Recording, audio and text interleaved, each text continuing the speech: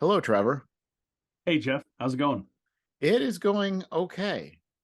It is going okay. How's it going with you? It's going pretty good. Slow, but progress is there. Progress. What are you progressing on? Well, I've been working on finishing up my current Kickstarter, which is Tales from the Smoking Worm #6. As a matter of fact, I've got an update that is probably going to go out to backers this weekend. I'm waiting for my editor to finalize it. He had a death in the family, so that's taken a little longer than usual. Totally understandable. But the issue's been printed. It's being stapled right now and assembled, and then it'll come out to me. I'll probably have it by the end of the week next week. So, That's exciting. yep. And then that begins the next phase of the project. So issue 6 has a really big article in it on tentacular nest generation. Tentacular is kind of like this floating tentacled cat beast. They're my kind of take on the beholder. They're super intelligent.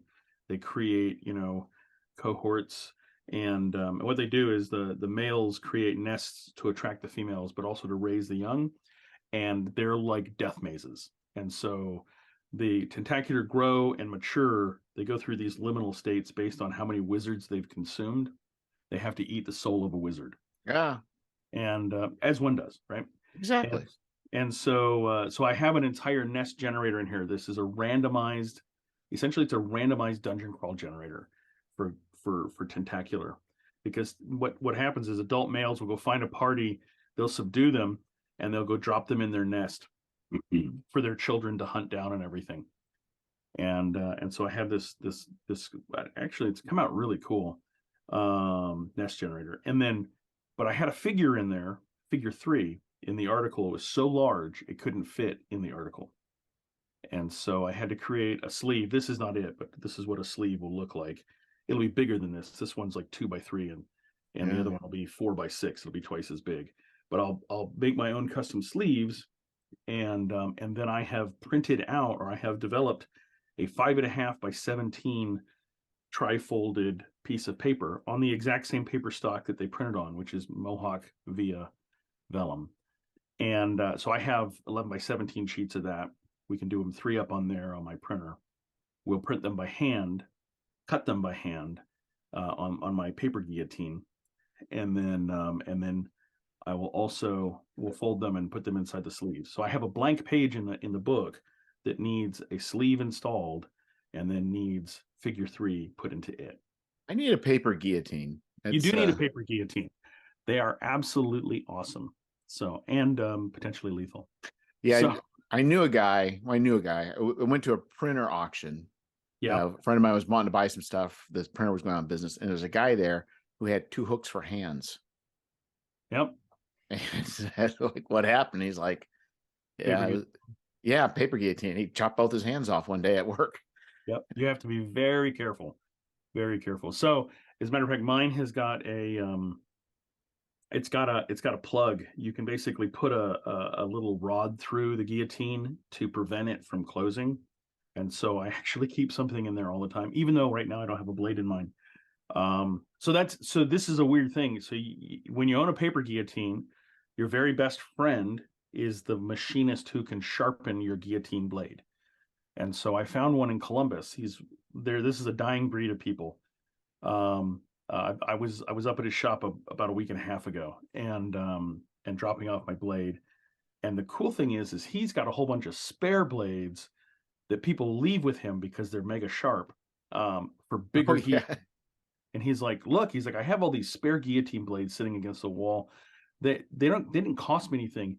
You can have them if you take them to another machinist shop.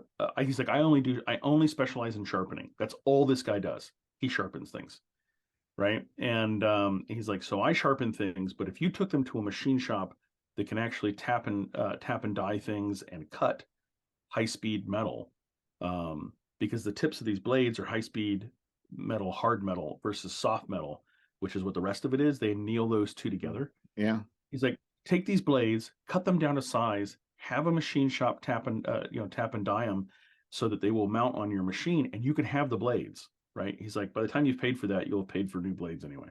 But a brand new blade is like thousands of dollars. So this guy is giving me thousands of dollars worth of stuff that for a couple $100 I can make into usable blades for my guillotine. Well, and I think the key is you're saying blade. So if you're going to go to somebody to do a thing, it's better to give them multiple things to do because the price per item then drops. That's exactly right. And that's what he told me. He's like, I can sharpen your blade for like $40. That's not a problem. He's like, but if you bring me 4 blades, he's like, I can sharpen them for $60 because of the way the machines work. Yeah, he's like, because I can mount 3 of your blades on my machine at one time, and it's time that you're paying for. You're right? paying for the setup and the work. So the setup is already done. Then you just keep doing it. Yep. Yeah. So this guy's being super generous. He's giving me these blades, and then I found the tap and die expert down here in Cincinnati. So next week I'll go up, pick up the old blades, bring them down here, have them cut to size, have them tapped and dyed, and then I'll have 5 blades for my guillotine, which should keep me in paper cutting for a while. So, but these, that machine was made in 1908. This little guillotine that I've got, and it's called a Pearl, and I've seen them sell for $70, and I've seen them sell for 1,800. It just depends on where you're buying them at. Yeah. So they're around. It's about the size of a large photo printer, right? Taller, but about the footprint size of a large photo printer. So it's maybe 20 inches wide and 25, 30 inches deep. So they work great. Yeah. I can't wait to get mine working. So I'll get it installed in my shop next week, and I'll be all ready to cut things. And that'll be fun. I think also your tentacular generation, what I find kind of interesting is the old, we'll call it the old school TSR dungeons didn't really make sense. Later on, people said, you know what, these don't make sense. We need to have things make sense, but we want to have both the dungeon crawl fun. Yep. But we also want to create a narrative and how different people have done different things besides just, oh, there's just a wizard that puts something in his, the bottom of his tower. It's like, it is fun to see extra dimensional weirdness that people try or that do to create that narrative to apply some sort of at least reason behind it. Yeah. And so the reasoning here is this is these nests are built as an attractant. Like we're actually using real life examples. 2 of them. First of all, male horsefish, whatever they are, the seahorses, male seahorses, basically take care of the young, and the female just takes off, right? Yeah. And so the idea was, I was like, oh, it'd be really cool if the male stayed home, and I make the female really elusive. She like shows up, mates, and she's gone. She actually goes to another dimension. You don't know what happens to her. And so maybe I'll touch on that some other time. I'll build something weird about it. But I wanted to make it kind of elusive, and I'm like, and the male. So that's the seahorse part, and then the other part is a bowerbirds. Do you know about bowerbirds? No. So a bowerbird is the males actually make a bower, which is a place of it's a place of mating. It's a place of a wedding or something. Is called a bower, right? And so what they'll do is they'll take some spot on the forest floor. You don't know why they've picked it, and they'll remove all the stuff from it, like all the garbage and debris. They'll clean it up, and they'll bring in little like trinkets and silvery things and shiny things and stuff like this. And then they have these complicated mating dances that they go through in their space to try and attract a female. And so the female will be attracted to the bower, and then the bowerbird's little dance attracts the female, and she'll go around and rate males based on their little dances. Right? Sounds like a reality TV show. Yeah. And it's really cool because there are many different types of these types of birds. They're related kind of to birds of paradise. So sometimes you actually get like a whole bunch of males helping the male who's supposed to mate, right? So it's like having uncles, right? And they're there pruning off to the side, hopping up, doing little dances to coaching augment him, the male. coaching him. Yeah, it's absolutely fascinating. And so I was like, oh, this would be really cool if a male tentacular, the nest is the bower, and he has rooms that they tunnel out, and then they have tunnels that connect the rooms. And I'm like, so the rooms have some features, but it's the tunnels where they really do most of the ornamentation. So it'll be like nuptial gifts plastered along the walls of old wizards and everything that have been flayed out and all their, on display and everything and stuff, or there'll be torture mazes and stuff. And Right, because once you've eaten the soul, you might as well do something with the body. might as well do something with the body. And so the idea is, so as I was developing this, it was a question of what kind of absolutely bizarre, weird things could you come up with that you would put in these? And so then everything is randomized. And so I have tables of like nuptial gifts, and I have tables of like missile traps, and tables of melee traps, and tables of magical traps. I thought you were doing wizard bodies. I thought you were going Ed Gein here on me. Well, you can have wizard bodies in there. Yeah, they're definitely they're there. Lampshades and deer sausage and yep. So they and the rooms all have significance and stuff, and it's all built into this what turned out to be probably half an issues article. It's not only is it a long article in that it's about 7,000 words. It's also the most heavily edited article I have ever done. When you say heavily edited, what do you mean by heavily edited? Mean pared down? No. Heavily edited as in I paid multiple editors to go through it at various stages to help it make sense. One of the things that happens, I'd never developed anything like this. It's kind of a different, it's all the pieces are there. If you look at old school gaming, all the little pieces are there, but I'm putting together in a different way. And so you'd get to a point where I'm like, wow, I don't know if the logic of this makes sense. And so I'd send it to an editor and I'd say, I need you to edit this for logic, right? I need you to tell me, does because this is a generator, right? It has rules. The article is about how do you generate a nest, and it has rules and tables, and it says you do this first, and then you do this, and those rules are tightly interwound with the basically the sociobiology of a tentacular, right? Is the tentacular a male by himself, like I mentioned with the bowerbirds, or does he have like a brother hanging out with him, right? Or does he have another older tentacular that hangs out there but is unrelated? Those things radically change the nests. Has he captured enough wizards for his younglings to mature, or have they failed to go through that, in which case they turn into something completely different called a tentakin, which is actually a rewriting of an article that Janelle Jacquet put out in the 1970s in Dungeoneer number 3, I think it is. We got her permission to reproduce that article and modify it for tentaculars. We actually wrote up the tentacular in issue 3 of Smoking Worm, and so this nest generator is coming later. So now I forgot the term of it. The one the tenactikin, what'd you call it? Tentakin. So there was was this inspiration like in the back of your mind as well that added to this whole recipe, or just something you thought of afterwards? Oh, it's a good question. As a matter of fact, the Tentakin article that went into issue 3 of Smoking Worm was an absolute late article that we added at the very last second. And it had to do with something weird. One of my editors, Brian Gilkison, and I were on Facebook, and up popped this Facebook post from somebody who was it was an article that was out of like Dragon magazine or something from the 70s. Someone had been hand modeling Tentakin, or what were essentially at the time Beholderkin, right? Because these were variants of Beholders. And so Janelle Jacquet had done this Beholderkin article in the 70s, like I said, in Dungeoneer, the very first gaming fanzine. And so this article popped up about how you could make Beholderkin out of paper clips and little foam balls or something like this. And Brian was like, we were working on the tentacular really heavily at that point. We were almost done with issue 3. It was in final layout, as a matter of fact, and we were laying in art. And he texted over to me, and he's like, this is such a great idea. He's like, I think we should, because this is our take on the Beholder, we should do Tentakin, right, which are Beholderkin.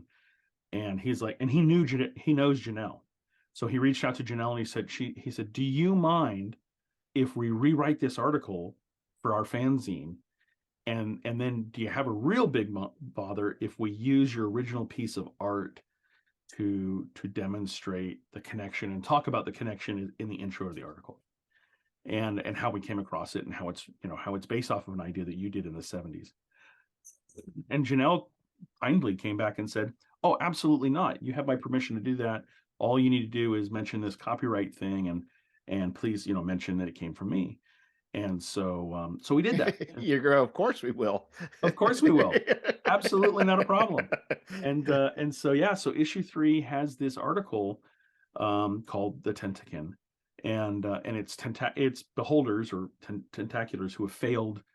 Well, in our take on it, as the tentacular progresses in age, it has to go through a ritual, like a liminal state, right? And it goes through this rite of passage. Think of it as like graduating high school. But in order to mature and to move on to its bigger level, it has to eat the soul of a wizard.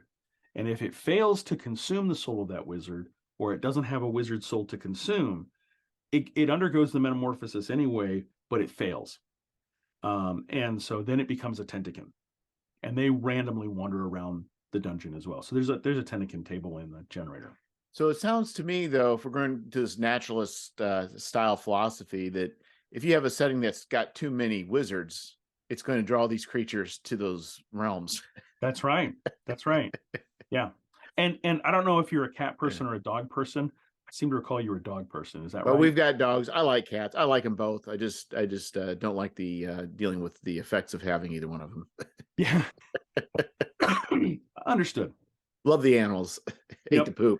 So so there's the DCC community has a lot of cat lovers in it. And so that's why the Tentakin are based off of weird multidimensional phasing cats, essentially. And so that's how all that came together. It was just, sometimes it's a gestalt of ideas that meld together and come up with a final product. Well, it kind of makes me even think a little bit of a Displacer Beast, like not directly, but like there's like a little flavoring of that as well. Yeah, you get cats and tentacles. You get cats and tentacles. So this, these cats look like little floating octopi, right? Okay. The tentacles come out from below and everything, and they have the beaked mouth, which is what they use to kill and suck in the wizard. So yeah, this tentacular article it's going to be huge. I'm really happy with it. And as a matter of fact, we've even gone the extra step. I've got a really good friend who's a programmer. His name is Larry Cosentino, and he works for the, he's a high level programmer who programs logic flows. And so when I was having friends playtest, making a tentacular nest to see if the logic of the article worked, Larry said, he's like, I can do you one better. He's like, I don't want to roll up like 12 of these. He's like, but I can write a program and you could roll up 1,000 of these in a minute. And I was like, really? And he's like, yeah. So he's like, if the logic holds, I will be able to program it directly off your article without talking to you about it.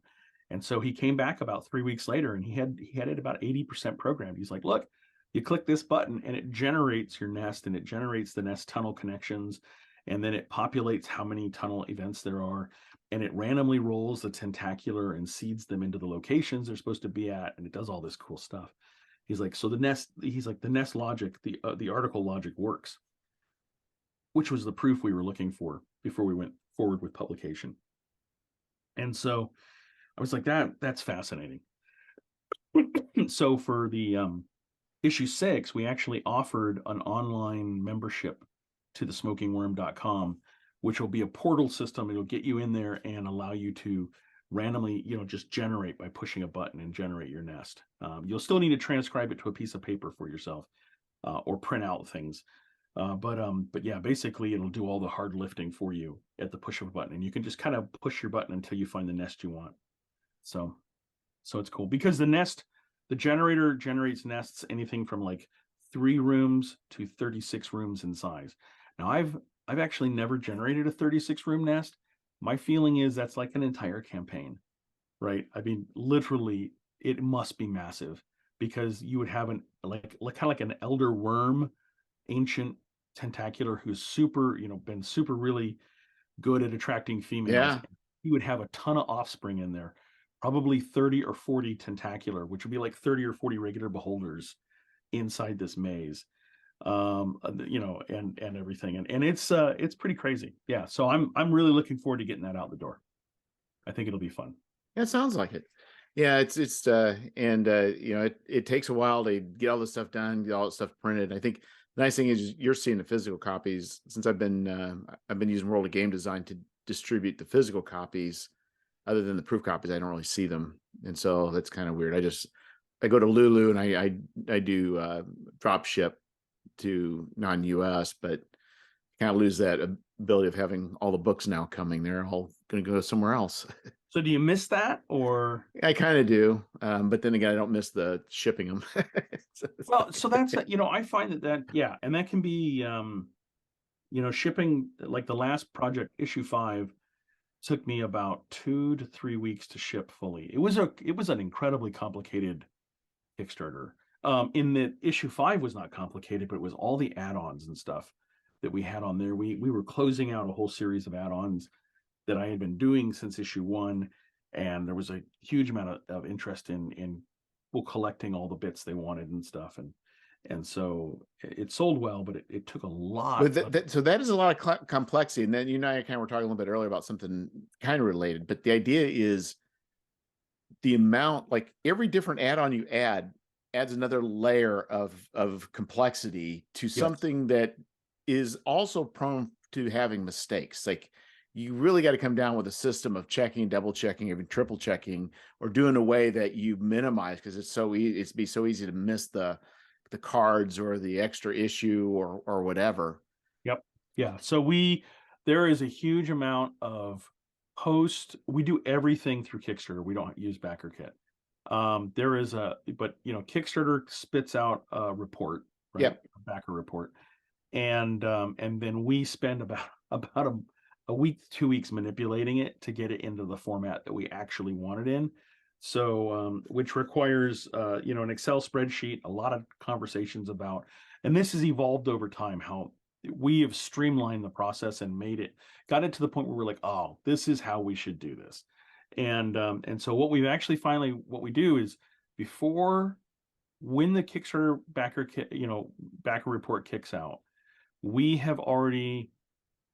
either have an idea of how much something's going to weigh, or we know how much something's going to weigh, right? So we know that this add-on weighs X number of ounces, and we Yes. know that that add-on weighs X number of ounces, and everything is organized by weight. And then we go through and calculate the total weight of the packaging.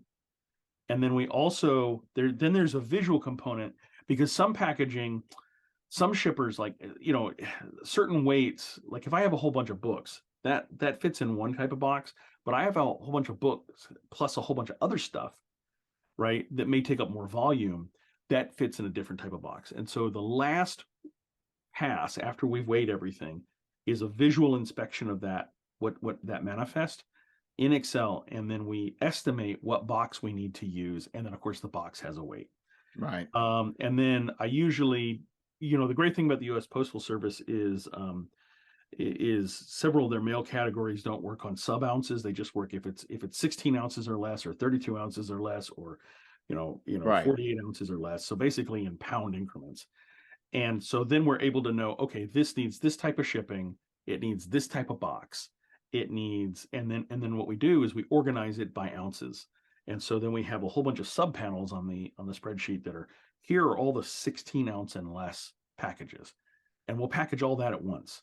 And here's the 32 ounce to 16 ounce packages, and we'll package those. And usually, as you increase in ounces, you increase in complexity, but you decrease in the number of backers at that given level.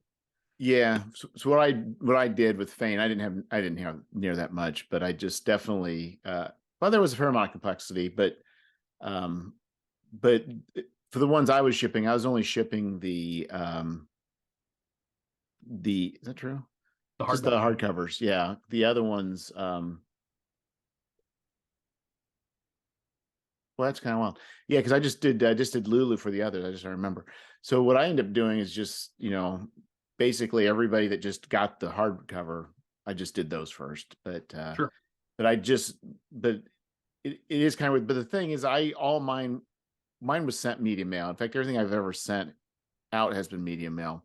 But with those add-ons, if you're adding something that's technically not a book, might not technically not a book, then really you're in violation unless it's a CD or a That's right. handful of other things. So there's a definition of media, and you have to try and fit within that media definition. If not, Yes, you have to change your shipping option.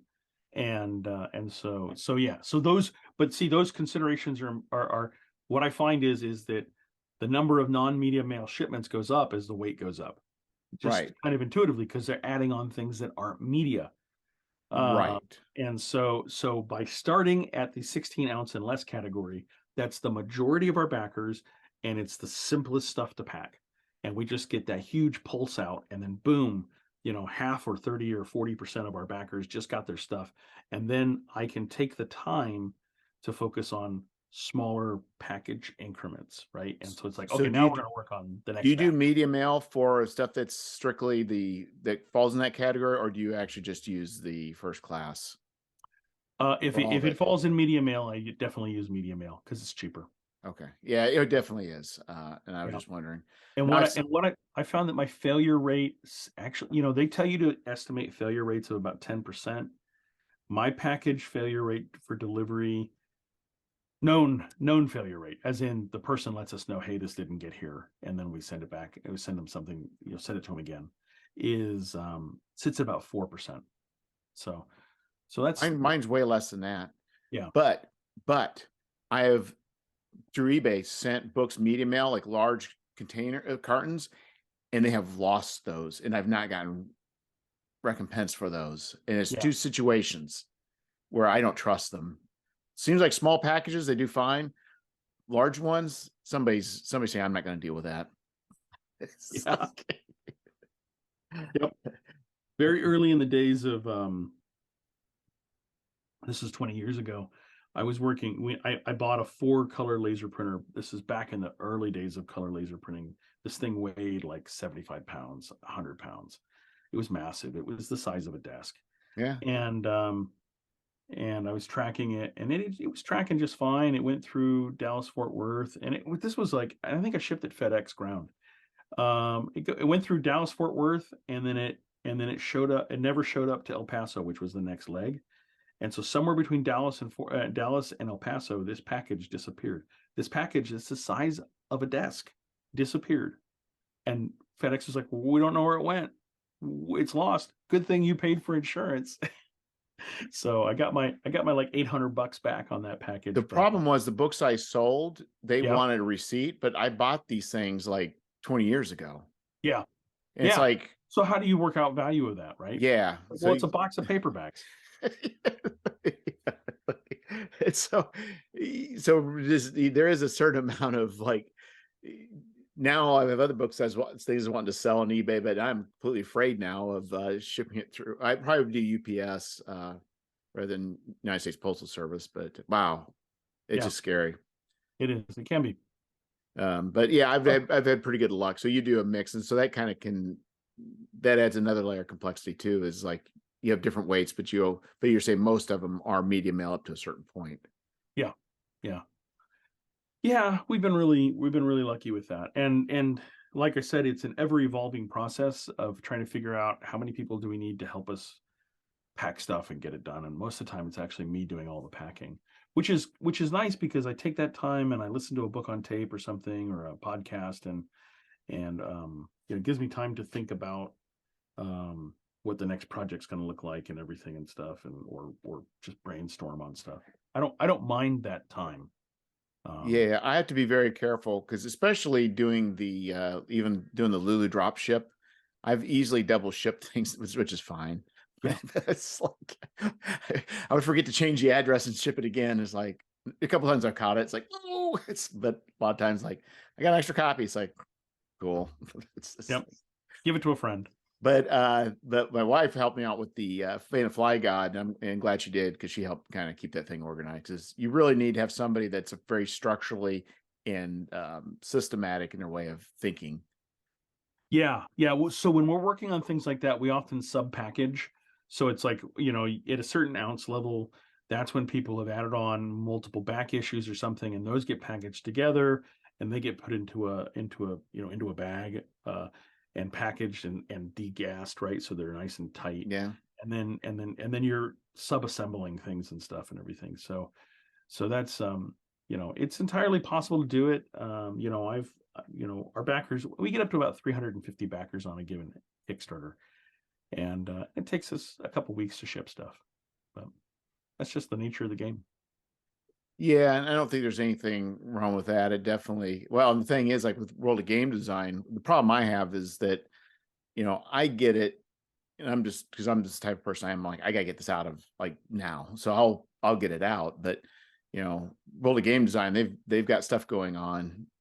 They slot a time for it, and it may be 3 weeks after they get it. So Yeah. it's like, Right, because they're dealing yeah. with several people at once, Yeah, and their own stuff too. It's just and they like have their own Kickstarters. Yeah. yeah, it's just so it's just for me, it's just like it's kind of funny because you give it to somebody else, you don't have the stress of dealing with shipping, but then you also, if you're a type of person that you want this thing out right away, it's like you're not going to get that, and which is fine. Yes. I'm not faulting them, but it's kind of funny the trade-offs that you get and who's doing what. Absolutely. Absolutely. Well, and it's even too, it's like, for the Fan of the Fly God hardcover, I decided to do these custom boxes, but if, and there's things like that I can do, but it's very impractical for me. If I want World of Game Design to do it, then I'd have to do certain things and then somehow get that material to them, and that creates a little complex. So do it on your own. You can do all sorts of fun things at the last minute if you choose to do so. Yeah, yeah, and so I just have a garage with stuff warehoused essentially, on one shelving unit, and then if we want to make a change or we want to throw things in, we can, which is really nice. It gives you a lot of flexibility in what you're doing. So, and it gives me an immediate count. If I have a question about how many I have of something, I can walk down and look at it. That's the problem I've got too, because I don't know how many books they've got, and I'll ask them, and they're like, well, go to the website and check the store. So, well, my stuff's not on your store. Oh yeah, it's like, Yeah. I did have a little bit of problem with that early on. I had things stored in two different locations, or I would find things. I would find like stacks of books that I had set aside for something, and then they got lost. And then I discovered them again, and I'm like, oh look, I've got 20 more of this that I didn't. I thought I'd already sold all these. So I do have a couple of hangers on, but for the most part, we've gotten it streamlined now. So. Yeah, it's an inventory. It's kind of a funny thing. It's you want to maximize, from my mind, it's like, I guess it comes down to like inventory turns. If you got too many turns, I guess it's kind of bad because you're paying all that extra shipping. But and again, you don't also want to necessarily hold on to inventory for 3 years either before it gets sold. So, I'm not sure where that balance is. No, and that's a question about like on reprints and stuff. So, we print, do I have one here? Yeah, this is a reprint. So this is the standard edition of Smoking Worm #4. This is actually the mistake now that I'm looking at it. I was doing 3 or 4 print options at Mixam at once, and I totally turned off the color, the black and white. And so it's still a beautiful issue, but it's in black and white instead of in color. And that's definitely a difference. And that's not what my backers had backed for, right? Which is the real problem. So now I've got 200 of these in black and white. I'll sell them at a discount. I've already talked to a couple people about them. And so that's another thing too. It is talking about complexity, because I've had people make some remarks or something.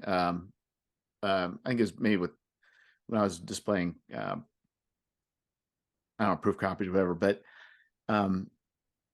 it is very easy to kind of get things messed up. I mean, there's so many ways you can, because you could accidentally export it as spreads rather than pages, and then that can create a different, I mean, it's like there's so many weird stuff, and it may not hurt you. There's so many ways to fail. You have to like set up all these checks along the way. Because it's like, yeah, and so I check like on a Mixam order, I check the details 2 or 3 times. The problem I had with this one was I was trying to order about 7 different products simultaneously. yeah, And I had a whole run of black and white products. And as you're just clicking on things like, that looks good, that looks good, that looks good. And then what I found was really interesting was Mixam has this issue where the proof copy is the digital proof is a digital proof of what you submitted. Well, what I submitted was in color, right? So the digital Ah, proof shows up in color. But if so, there's and I can't remember. There's two buttons there. One of them is the digital proof, and one of them is a different type of proof. It's something else. They both basically mean proof, but one of them you can download, and one of them you can just look up online. And if you had downloaded that one, I would have seen that the download was in black and white. so they have one that's actually the proof where it shows the cut lines. Then they got one that's a virtual. Yeah. And so if you look at the virtual, it is simply a reflection of what have you submitted to us and what will show up on the page. And since I submitted a color file, it had color. But if I had downloaded, what is it? I can't remember the terminology. I'd have to look at a Mixam page. I'd have to go deep in and place an order. So it's not something that's going to happen like right now. But there's two things. There's two buttons sitting next to each other, right? And one of them says digital proof, and the other one says something else that, in common bookmaking parlance, they mean the same thing, Right. right? And I've always asked myself, why did they have this here? Well, this is why they have it there. And it turns out that if you look at the digital proof, you just click on the button, it generates it on the web, Yes. right? It's exactly what you submitted. If you download the file and open it, it is what they are going to print. And those are two different things. And so in this case, because I had failed to turn on the color button on the interior, there's little buttons you turn on and turn off. And I had failed to turn on that black and white or that color button on the interior. And I should have caught it because the price is different. But I'm working through like I said, Right. 6 or 7 orders simultaneously. And the price was better, not worse. So Price was better. I was like, damn. And I've seen that. I don't know if you've noticed this, but if you order enough from Mixam, their prices change based on the paper stock they've got and what they want to get out that quarter. So sometimes things are a bargain, not because there's anything different on your end, but because there's something different on their end. They're trying to move paper stock. oh, move yeah, right. ink Because you can go stock. to heavier paper stock. Sometimes it'd be no difference in price. Right. And then sometimes you go to heavier stock and it drops the price 30 or 40 Wow. bucks. And Wow. so if you play with those things, you will discover that Mixam has an algorithm that says we have X number of things in stock and these things are coming. And it knows, it maximizes things to try and convince you to buy at a different package rate. Right. So the price got a little bit cheaper and I was like, but it was still, a lot of money. And I was like, not worried about it. I was like, oh, it's a little cheaper right now. Okay, not a problem. And Mixam's price has gone up over time, as everything does. But the price wasn't that outrageously different. Right. And so it just bypassed me. So those will become con prize support. I'll give them out to people and everything. And then I think I'm going to offer a package deal on the next Kickstarter where you can buy so this has an entire class, the troll in it. There are 3 different types of trolls you can play and stuff. And it's a really great article that's had a lot of positive feedback. And so I was like, I have all these extra copies. What if I offered super cheap bundles? Like you buy 6 or 7 of these so that your whole table has the rules for the troll. And then you guys could play a troll campaign, all I care about is making my money back on the print run. I don't, need to make a huge profit off that one. So. Yeah, I was gonna say, yeah, there's probably a lot of ways you can handle that too. I don't know if now I started thinking about wonder if something you could offer in addition to like it only comes with this that you could produce that would be cool, but wouldn't add much cost to it. Yeah. Something I haven't totally figured out yet. I actually asked my backers with issue 5. I mentioned the whole print run problem and everything. I had an entire Kickstarter update on it, and I was like, "Hey guys, this thing happened. It's weird, and I'm not quite sure what to do with these extra 200 issues. Do you have any ideas on how I might bundle stuff, or ways that you might like to see this packaged that would be attractive?" And and obviously at lower cost than a normal issue, because this is not what I consider to be the quality of the normal issue. But in terms of playing, sitting at the table and playing that class or having a troll game where everybody's a troll, these would be perfectly good table copies, right? I mean, Well, but they might also be good. Like maybe you could just offer them fairly cheap. Like maybe have a good one. That'd be maybe a good thing for them to have. Like this is a sample. This is a sampler, not a sampler, but this is a smoking worm sample. X number of dollars. Yeah, we should talk to Joseph about that. Didn't even bring it up. So anyway, so that's what I've been working on. And it'll go out soon. It's probably gonna take me another 2 to 3 weeks to finish issue 6. But in the meantime, I'll have a Kickstarter and for the next issue. So well, that's exciting because we get bored and we need more Kickstarters. More Kickstarters, Jeff. More Kickstarters. Yep. Yeah. So I mean, we're at that point where we've done enough Kickstarters that we can have multiple open Kickstarters at once, and Kickstarter trusts us, and hopefully our backers trust us to accomplish everything that we say we're going to do. And yeah, you're more courageous than I am. That is something that I if things go right, it will probably eventually happen with me. But boy, it's like, yeah. Well, one of the things that I've wanted to do that I'm testing with this Kickstarter is a mini subscription.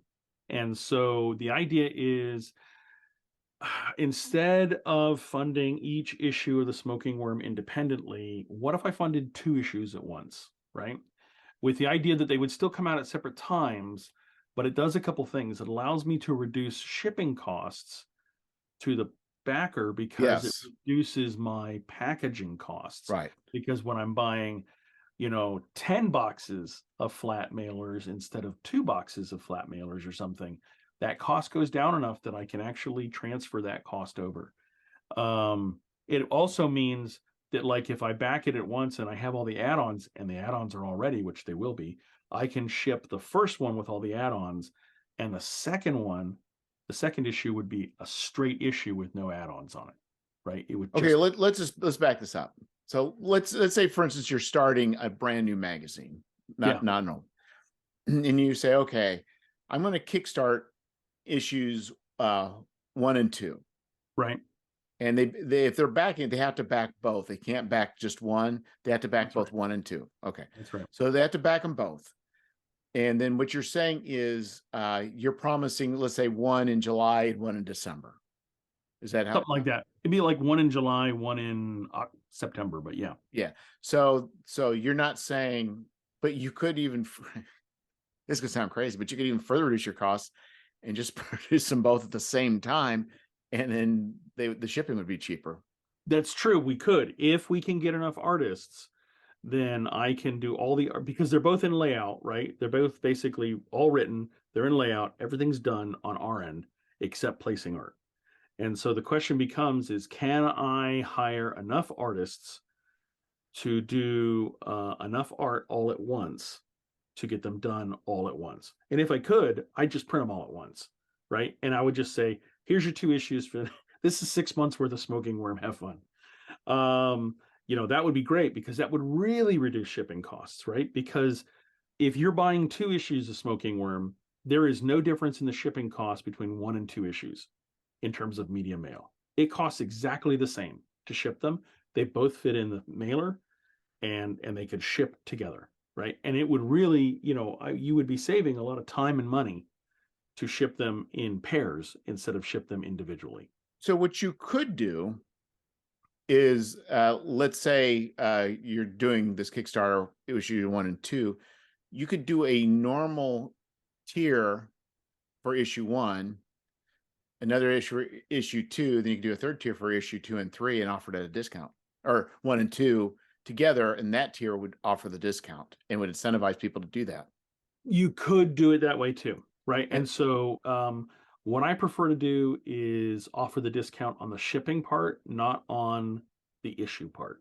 Well, I mean, it's still right, but it's still, you're still equates out the same way. Yes, yeah. But you're going to say this will be estimated, $5 of shipping rather than estimated $10 of shipping.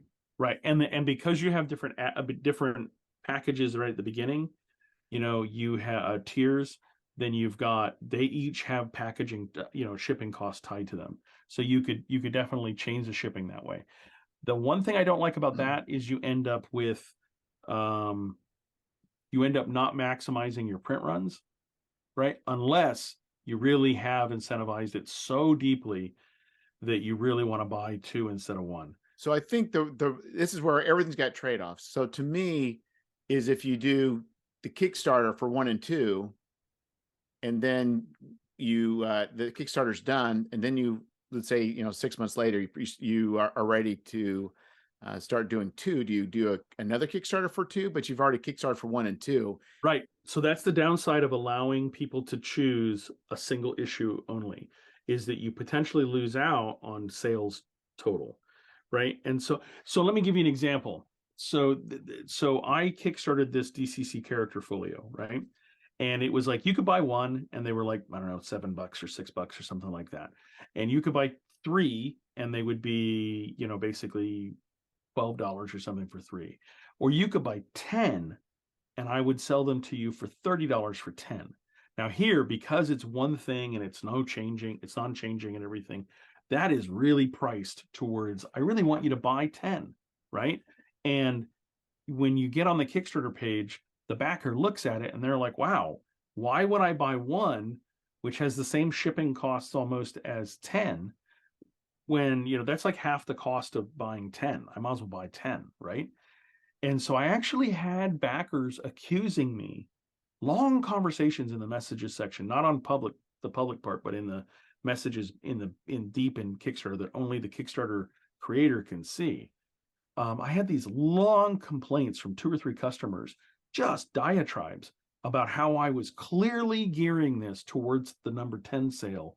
And that was horrible. And they wanted 7, right? Not 10. Why hadn't I created a 7 tier or something like this? And I'm like, look, if you want 7, buy 3, and I've got individual add-ons, right? Just add them on. Why not a 6 tier? Why not an 11 tier? Why not a 13 tier? Why not and so it like explodes your brain, right? Because you're like, look, just like every business, okay, when you could go to the grocery store and you can buy 1 candy bar, or you can buy 10 of that candy bar in a package, and the 10 pack is cheaper, this is the same thing. It's the same thing as soda, right? Yeah. I could buy 1 soda for $2, or I could buy a 24 pack for $10.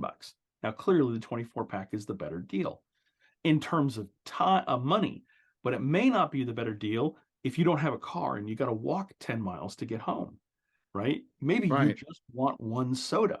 Yeah. And maybe you're diabetic and 1's bad, but 10 will put you in the hospital. 10 will definitely kill you, right? And so sometimes you just want a taste of soda. Yeah. And just to satisfy the craving, and you don't want the whole thing. And I said, look, everything in Kickstarter is like this, right?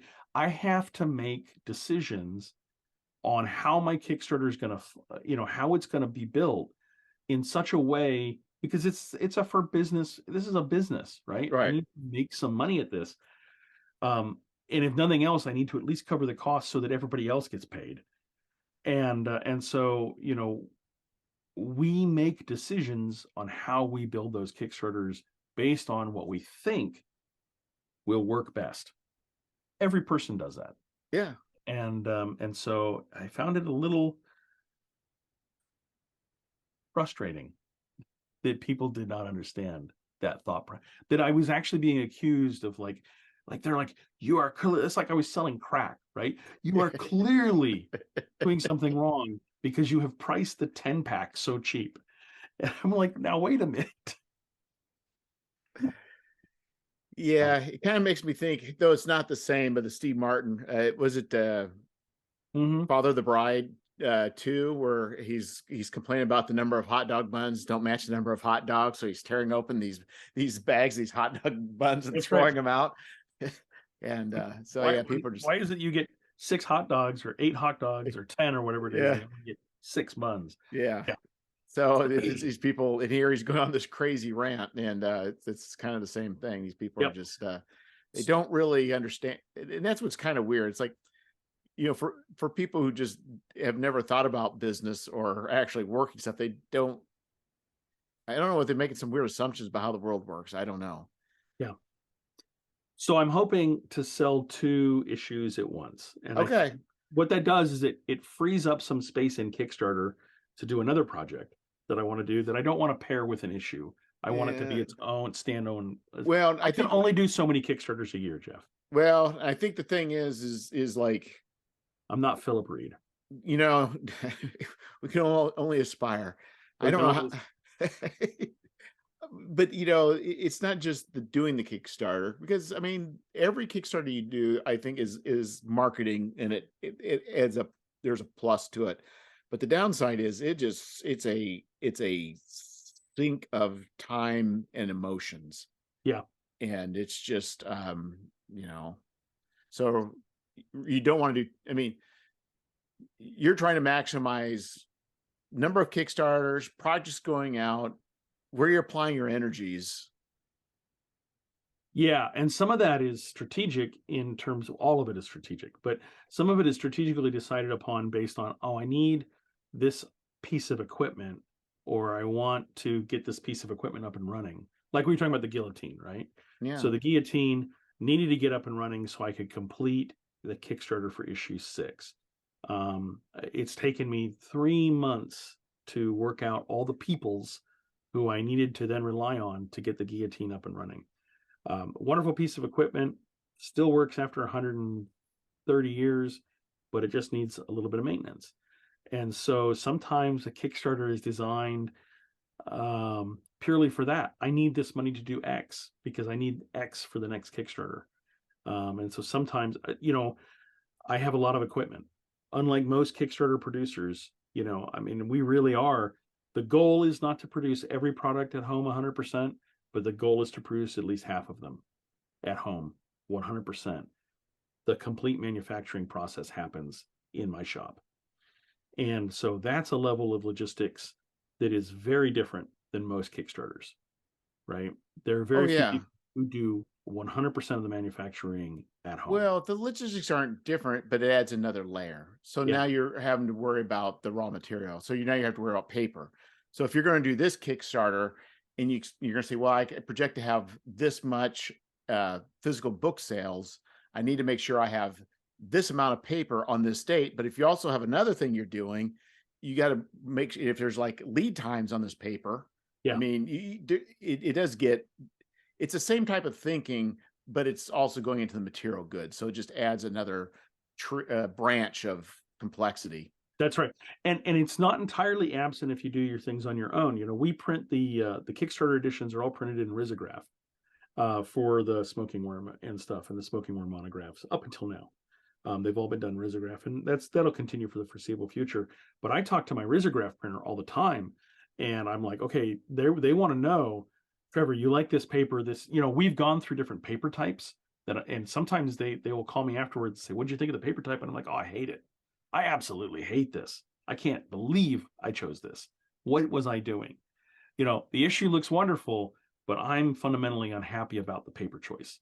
And so then the next issue will be a different paper, right? And then you still want it to be it has to meet certain requirements in terms of environmental impact and the quality of paper, and I need it to be archivable and all of these things. So, but I've swapped around paper types, and so my risographic printer orders paper for me for a year, right? They're like, okay, so if you once we settle on a paper, they were like, okay, we're gonna order your paper for the next 4 issues. What do your next 4 issues look like? Because to them, ordering paper in bulk is cheaper than ordering for anybody, not just them. But ordering, 100,000 sheets of paper is Right. cheaper than ordering 5,000 sheets of Well, paper. because I mean, really, even your biggest run is still small potatoes for a lot of these people. So it Yeah, makes much more sense to, to if you, bulk it yes. and say, okay, we're going to lock your price on your paper for the year. And so that's the other thing is ordering 2 issues at once allows me to even further guarantee I'm going to get to those issues this year, um, and everything. So I would love to run a Kickstarter and get to the point where I was running a Kickstarter and just running one smoking worm Kickstarter a year for all 4 issues, like a January Kickstarter. That would be great. Because I think in my mind, I think the only thing that seems to, in my mind, would be work out is you're still going to have to always do two. Yeah. In my mind, it's like you want to get what you really want is you want all the people to subscribe and just avoid Kickstarter altogether. That would be phenomenal, right? Yeah. That So, would be phenomenal. but I think what you need to figure out a way is you need to, let me rephrase it. I think one thought is to get the fans to support your work outside of Kickstarter, but then you still have to need to kind of use Kickstarter to bring new people in. So that's the problem. How do you do that? And then the other thing that I worry about is, we do lots of fun perks on Kickstarter, right? Kickstarter allows us to do things like little luck tokens and bookmarks, and the latest Kickstarter has smoking worm, coasters, right? So cup coasters and stuff, which is an ongoing thing, because one of the things that I'm building out with Smoking Worm is we're building out everything you would find in the bar, right? So the coaster, Oh, now I get it. and eventually we'll get to like menus, and eventually we'll get to cups and stuff like this, right? So actually really nice like glass cups, and the idea being, and then ultimately, Jeff, I will produce a Smoking Worm monograph. It'll be a monograph totally devoted to the Smoking Worm itself. It'll have the blueprints. It'll have the entire. I think the ultimate is you actually need to buy an inn or a tavern. There you go. There's the ultimate. And model it just like Yeah. it. And since it's based on that, so the Smoking Worm is based on One Road in Rhodes, Greece. I'd have to go to Greece and buy that building. You just tell it, sorry, honey, this is how it has to work. This is it. This is the natural end logic of this problem. Yes. We must go to Greece.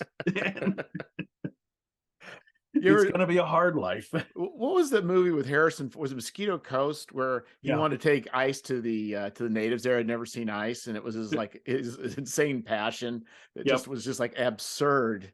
It's kind of the same kind of thing. Like, absolutely do this. Crazy, absolutely crazy. So, as a matter of fact, and that was a great movie, by the way.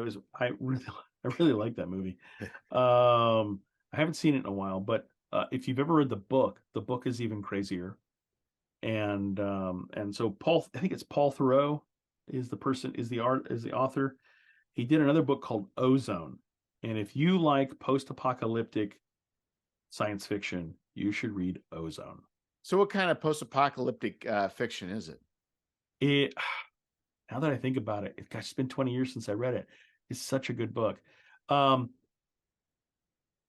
Most of the earth has fallen into this dystopian future and been abandoned. And most countries reside within single domed cities and everything. And so this is a story about somebody who is from outside the dome being caught, right? And actually brought into the dome illegally. And like on a hunting expedition, they run across this person. People aren't supposed to exist outside the dome. They're all supposed to be dead. Yeah, like Logan's Run. Logan's Run, right? So this is sort of like that, and it's a really, really good book. Okay. I was like, I think I was 14 or 15 when I read it, and I was like, this stuff is crazy. It was like boom, mind blowing, to read this stuff, and I was like, yeah.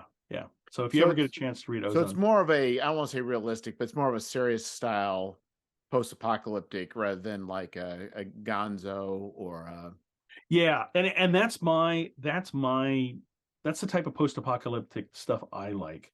So we're jumping the gun, but I am working on a post-apocalyptic setting. I have a new series of products coming out. Well, the first one will come out this summer, or it'll kickstart this summer, called Sandbox Set Pieces. And the Sandbox Set Piece line is meant to be a thing, right? A product that it doesn't necessarily come with plots. It may have plot suggestions, like we have a section in the first one that says, hey, you could use this in these couple of ways. And there'll actually be even a section that'll talk about, if you wanted to shorten this and make it for con play, this is what we suggest you do, and things like that. And the idea of these sandbox set pieces is that I'm not really a con judge. I'm a home judge. And I run big, long campaigns, and I maybe sprinkle in adventures, but that's not my focus, right? And you should be able to tell that because I don't really produce adventures. I mean, I produce 2 of them, but I mean, that's why the Tales from the Smoking Worm works so well for me because they're really snippets that you would pull Right. into it.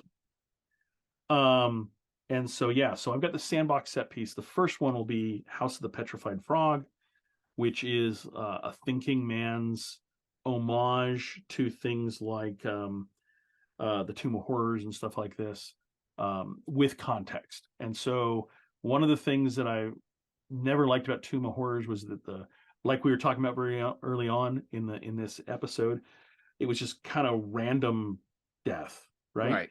And this is, if you are paying attention to what's going on around you, there are hints as to what's going on. Yeah, rather than the GM just being a jerk.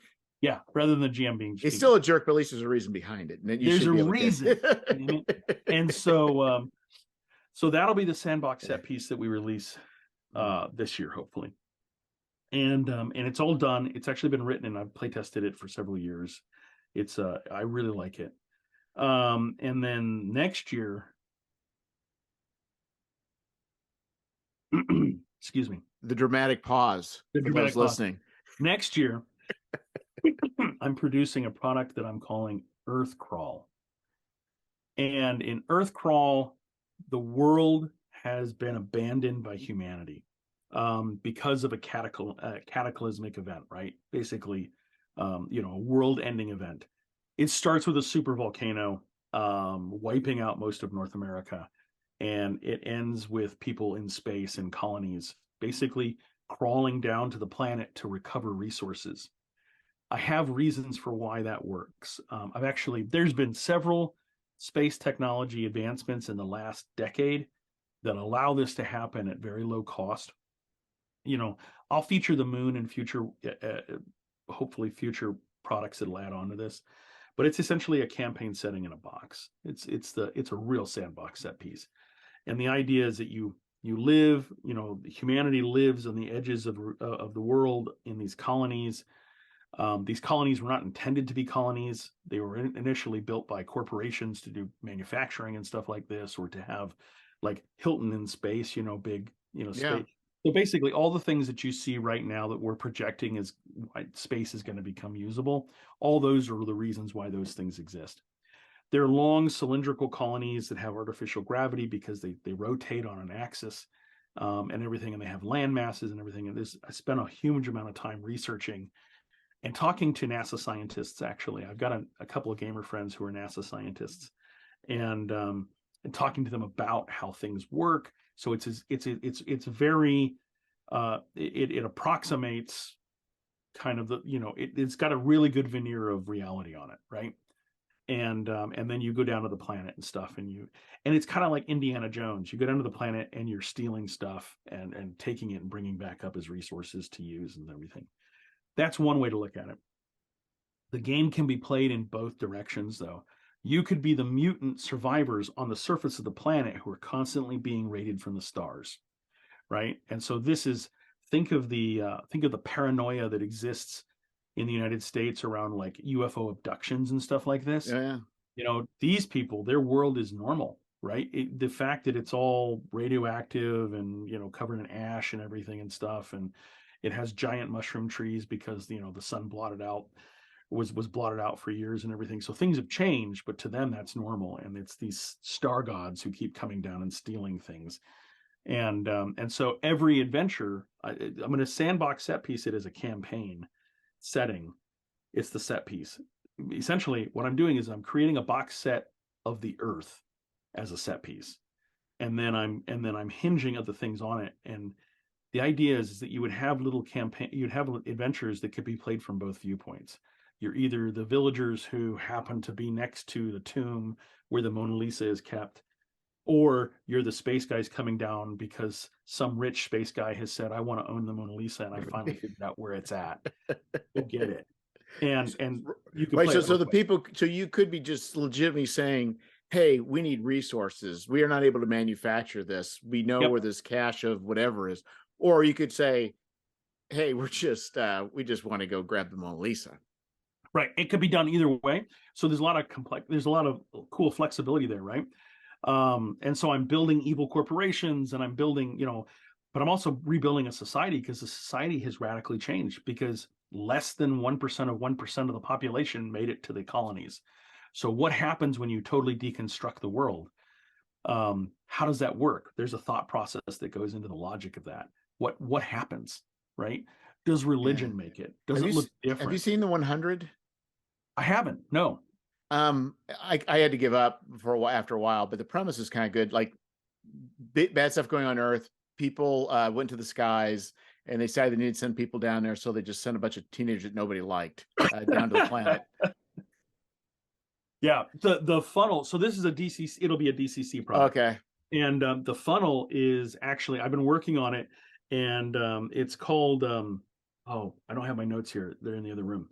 Um, Essentially, it's what do you do with penal, with people who have broken the law, Yeah. right? Well, they become what I'm coining pond scum. They basically are given hazmat suits, right, and sent to the surface of the planet to recover, essentially break apart old robots and everything and steal the circuit boards.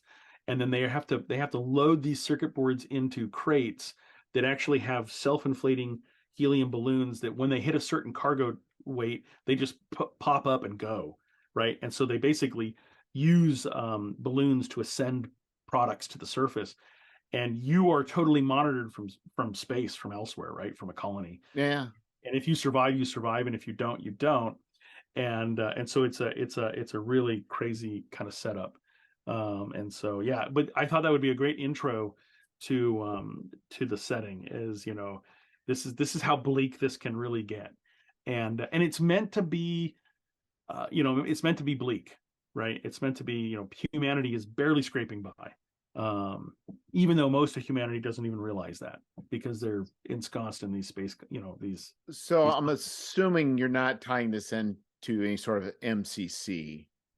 Oh, so the game is designed, the set piece is designed to use both Dungeon Crawl Classics and Mutant Crawl Classics 100%. You can use both books in there.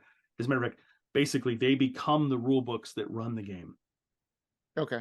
So yeah, I am tying it into MCC. I'm toning it down a little bit. Well, that's what I was going to say, because it's probably you're not going to want to have the. It sounds like you're still going for fun and maybe a little pulpy, but not the full on. Gonzo craziness. Yeah. Yeah. But I mean, there's no reason. Think about it. Think of like Damnation Alley, and I mean, there's a whole bunch of examples. Ozone is a good example. There's several other novels that I've read. There's a whole Eon, Greg Bear's Eon. If you've ever read that, oh No. my gosh, that's an insane book, right? Where humanity has destroyed itself, but before they destroy themselves, they send a note back in time, and they send it in form of an asteroid, and the asteroid is hollow, and it actually has essentially a wormhole in it. Because what they did is they sent a whole bunch of people inside this thing back in time to warn themselves not to do what they're about to do.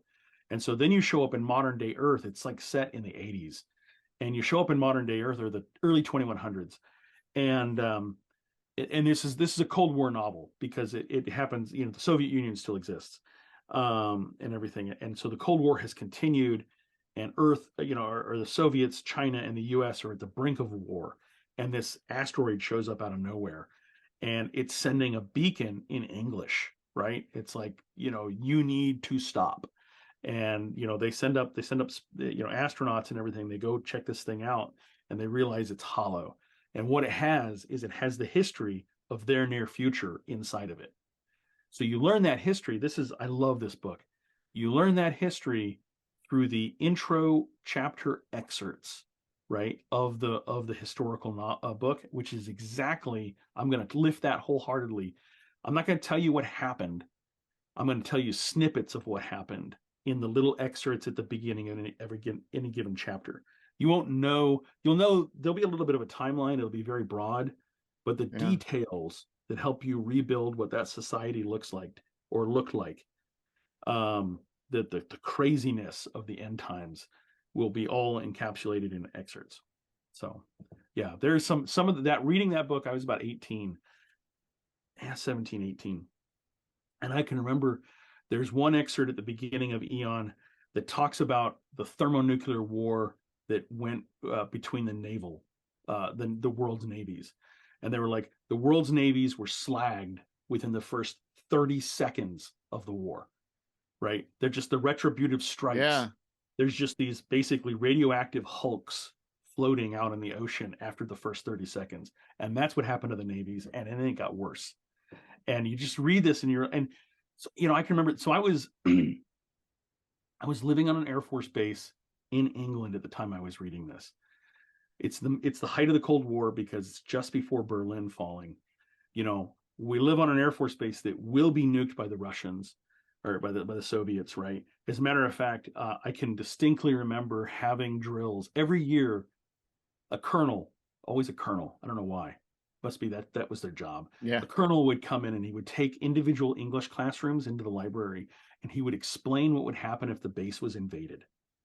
Right? He's like, this is what's going to happen if the base is overrun. We're going to move you here and then here and then here, and stuff. And so every student was indoctrinated into what would happen in the event of an. So it's like a fire drill, but for you, it was a little more intense. Yeah, a little more intense, right?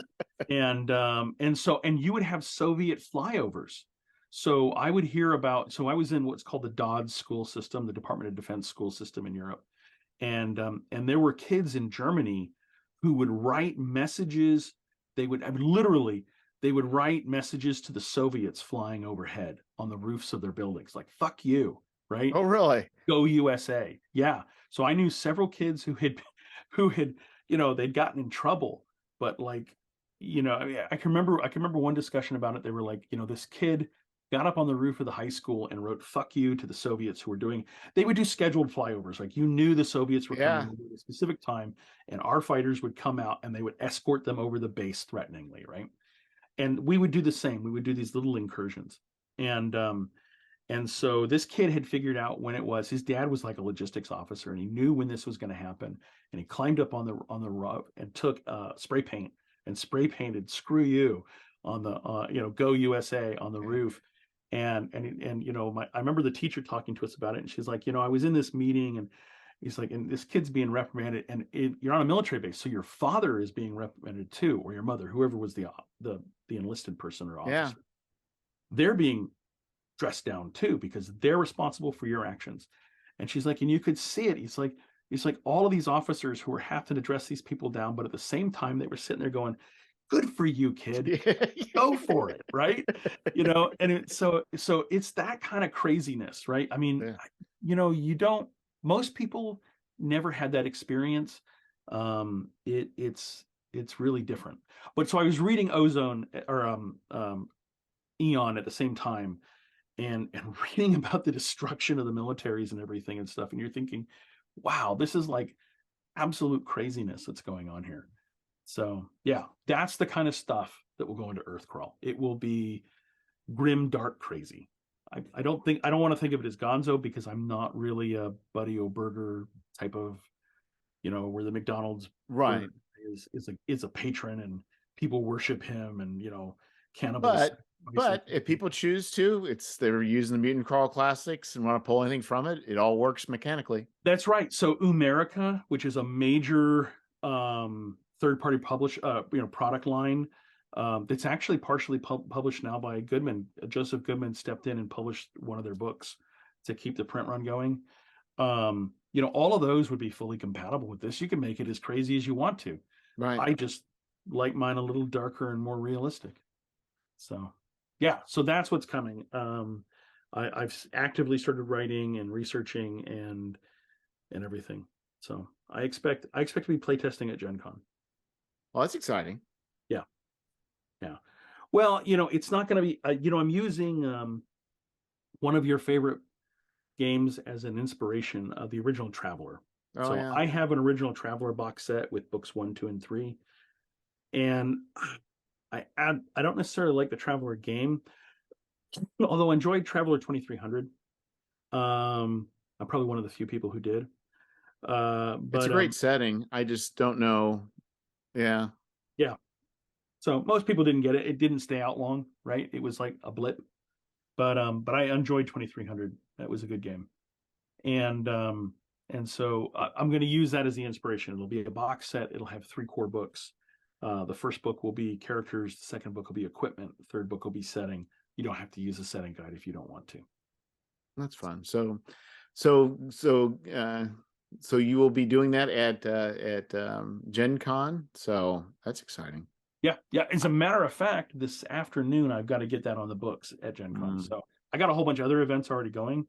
Blind Visionary has about 8 or 9 events at Gen Con. So, oh, really? Oh, yeah. Yeah, we're running. I'm doing another playtest, an adventure called the Heist of the Blood Moon, and so Heist of the Blood Moon is being playtested twice. We have a couple of people who are running For Whom the Bell Trolls, this one right here, and then Hangman's Garden, which will be run there, I think probably about 4 or 5 times. And then I'm running a workshop on an introduction to third-party publishing, and it's a 5-hour workshop on, basically it takes you from you show up with an idea to you leave with a plan on how you could actually execute that idea. It takes you to the outs. That sounds very good. Yeah, it's well worth the money for people who are. I think it's what's not. You may actually want to post that in the RPG zine groups too. Oh, I could, yeah.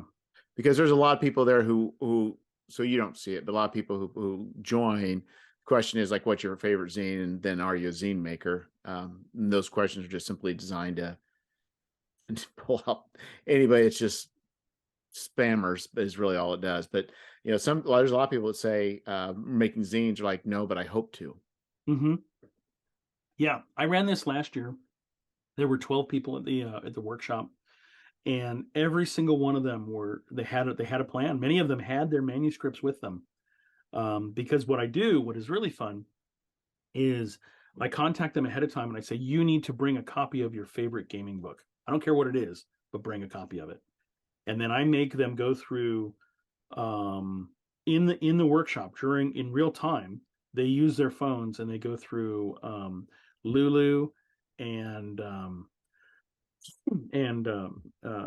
Mixam and everything, and they actually count up how many pieces of art, and I tell them, we have prices for all that stuff, but they go through page count and everything, whether it's hardback or softback, and they actually price out what that product would cost to print today. Yeah. Printing a 300 to 500, 300, 500 and 1,000 copies. What would it look like? And so what I'm really doing is teaching them the nuts and bolts of thinking about printing, not here's just telling them this is how you print. It's like, here's your options, and you need to know that those options exist. Yeah, because those are very important. You're right, because those are very important things, because really the details you can get through when you're ready to upload your PDF for whoever you're print for, you're going to have troubles, you're going to have problems, you're going to have to struggle through it, but you'll get through it.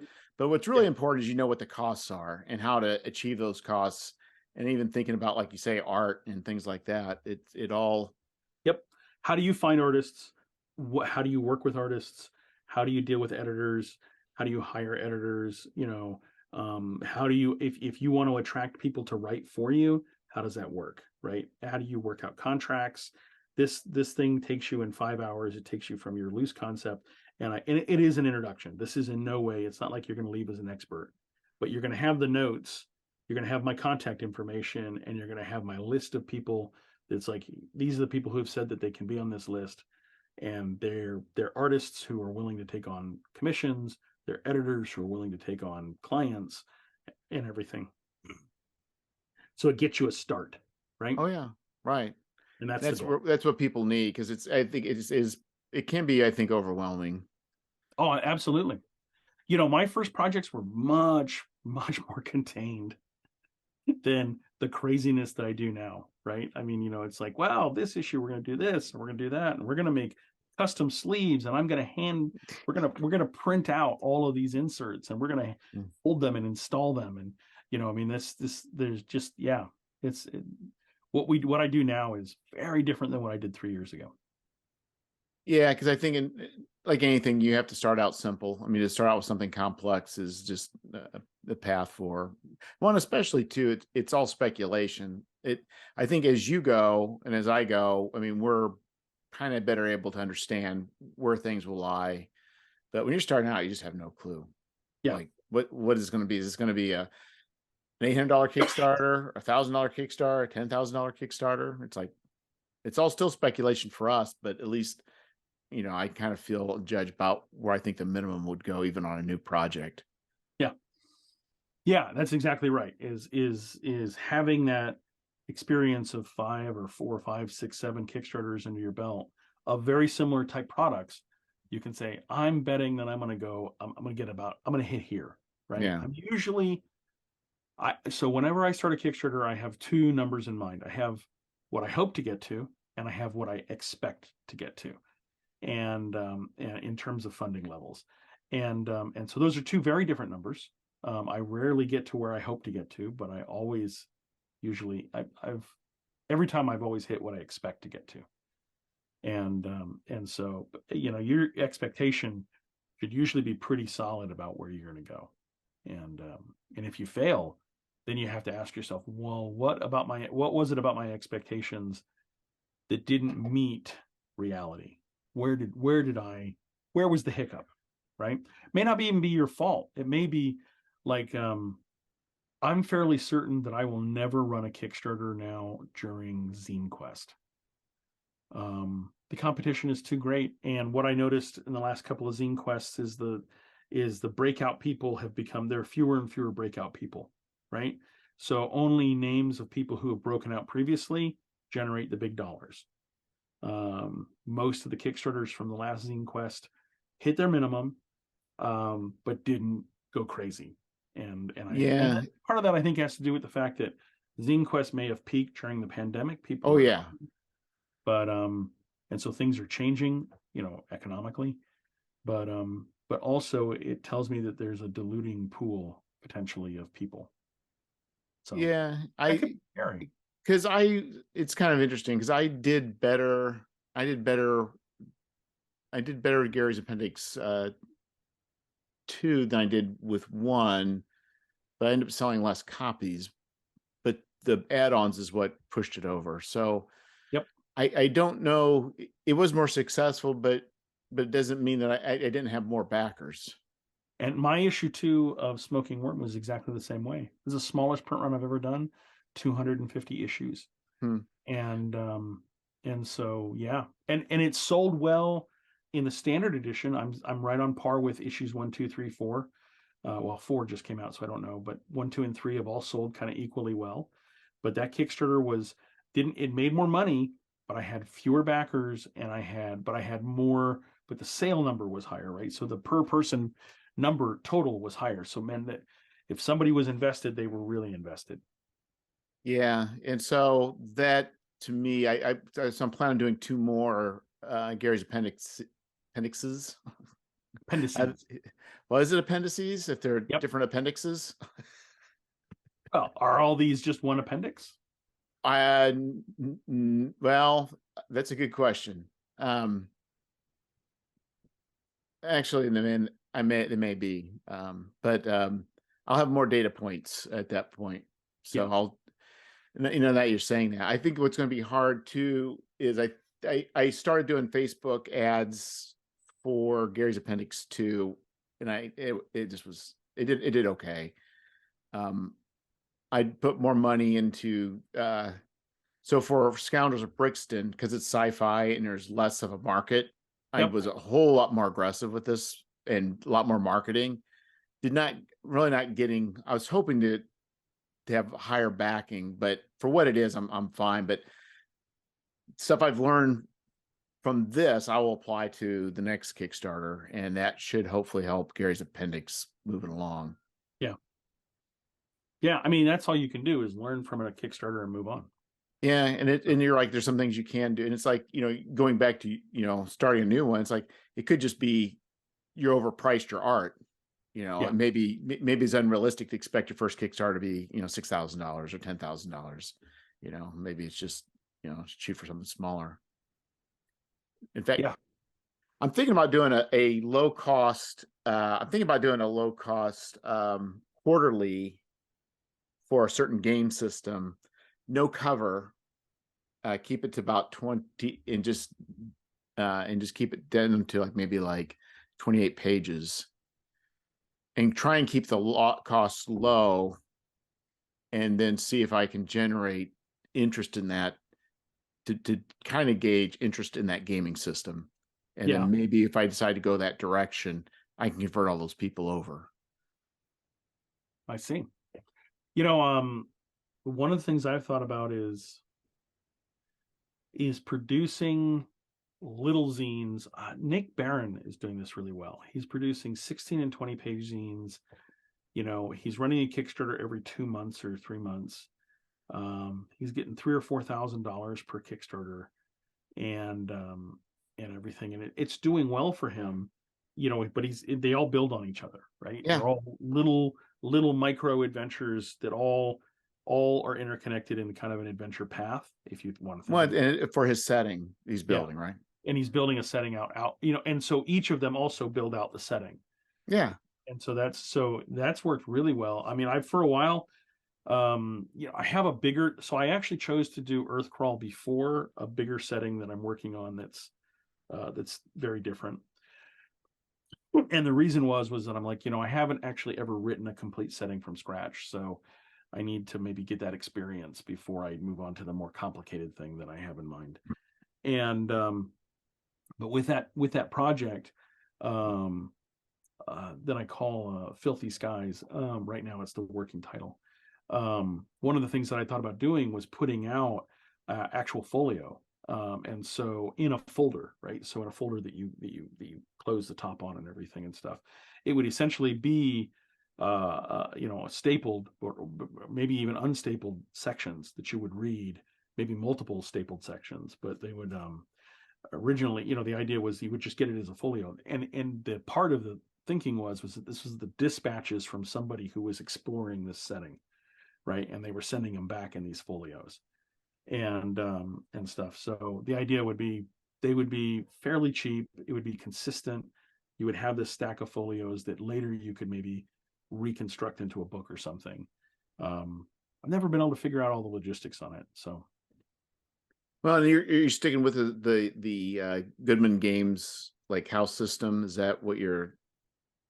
yeah, I have to tell you, I've been gaming for 30 something years now, and I have never found a system that is as dynamic in terms of the dice and is philosophically aligned in terms of the way the rules work as I am. And so this system appeals to me because it does the things that I always felt Dungeons and Dragons should do, but didn't.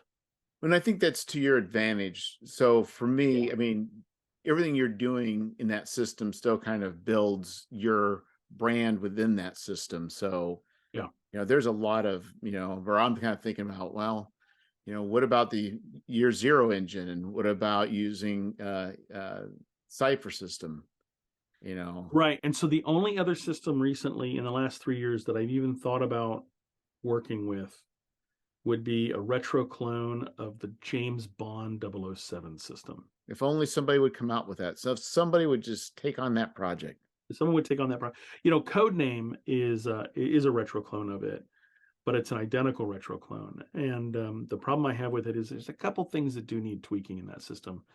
I had outlined it. I did a thought process where I outlined what I would do with that system. And I love spy systems. I think the system is really dynamic.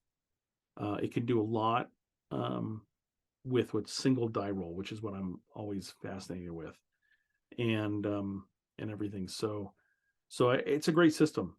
If anybody's ever played it, very few people have, and everything. So, And when that's what's hard, because I think Top Secret with Merle's remember the group, was it TSR for not the new TSR, but Merle it was Rasmussen under It was the new TSR before Yeah. the new TSR. It was Yes. the new TSR. Yeah, I don't want to taint Merle with That's right. that. Well, they changed their name because of new TSR Yes. and new TSR, right? And Yeah. so, yeah. So, Top Secret New World Order is a really nice system. It's a multi-dice system, which I kind of Yeah. like. But I think the spy genre is, like me, like the fantasy is wide. Uh-huh.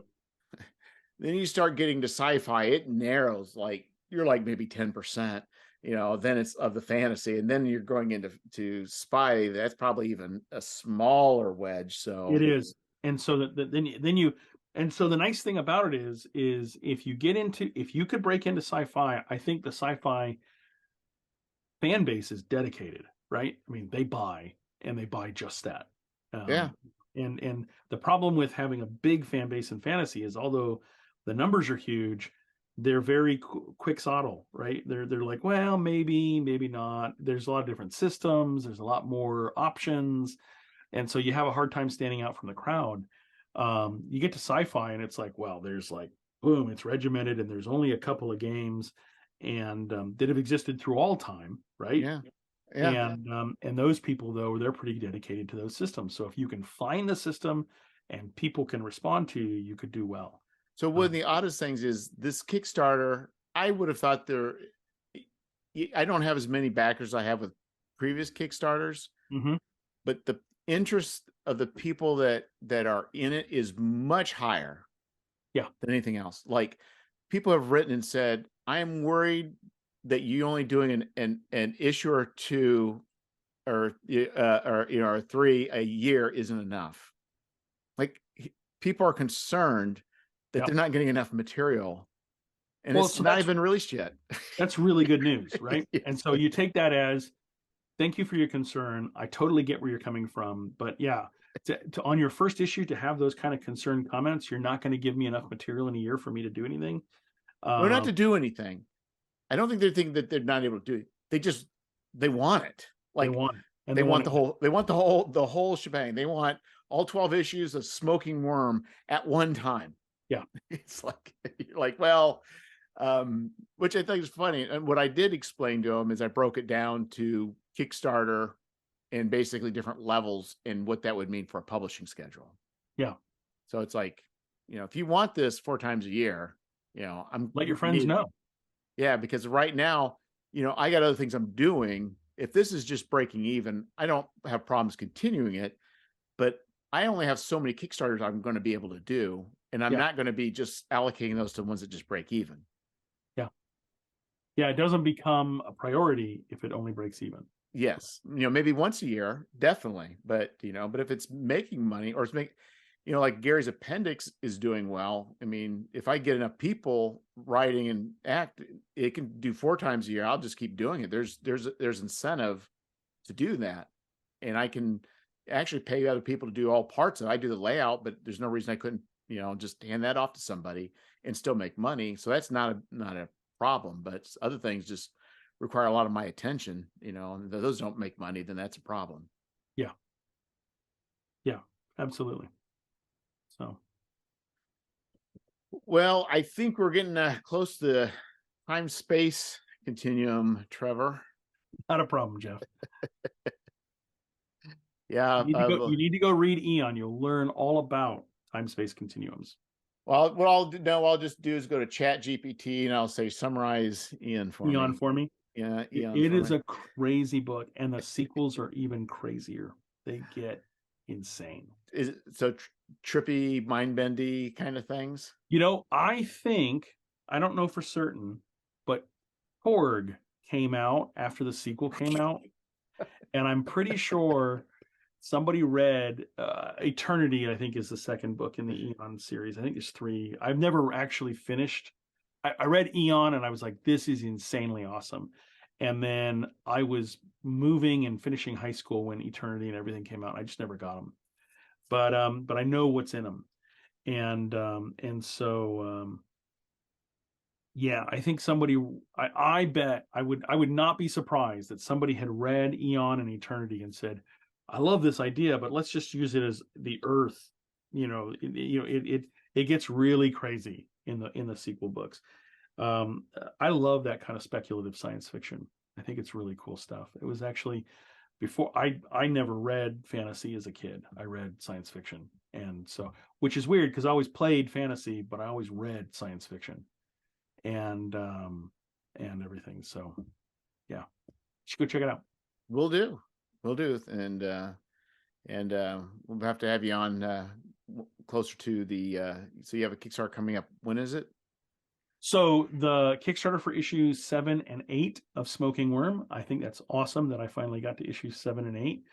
That will be coming out in about 3 weeks time. I don't have it. I have it in mind. I've got the Kickstarter page about 3/4 of the way written. So we're talking around June 1st-ish, somewhere roughly around there. Look, I think I've got it set. Let me look at my calendar.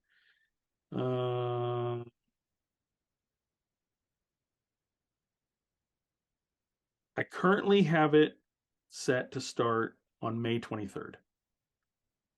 So about 2.5 weeks from now. Like I said, by the end of the weekend, I'll have it fully written and I'll send it off for approval, and that's when I'll start layering it out. So sometime next week, assuming everything goes well, people should start seeing the announcement pages and stuff. But the idea is to launch somewhere around the end of May. Yeah, it takes a while to get that Kickstarter. I find writing a Kickstarter page and getting that laid out and graphics and all that just be very time consuming. Yeah, no, absolutely.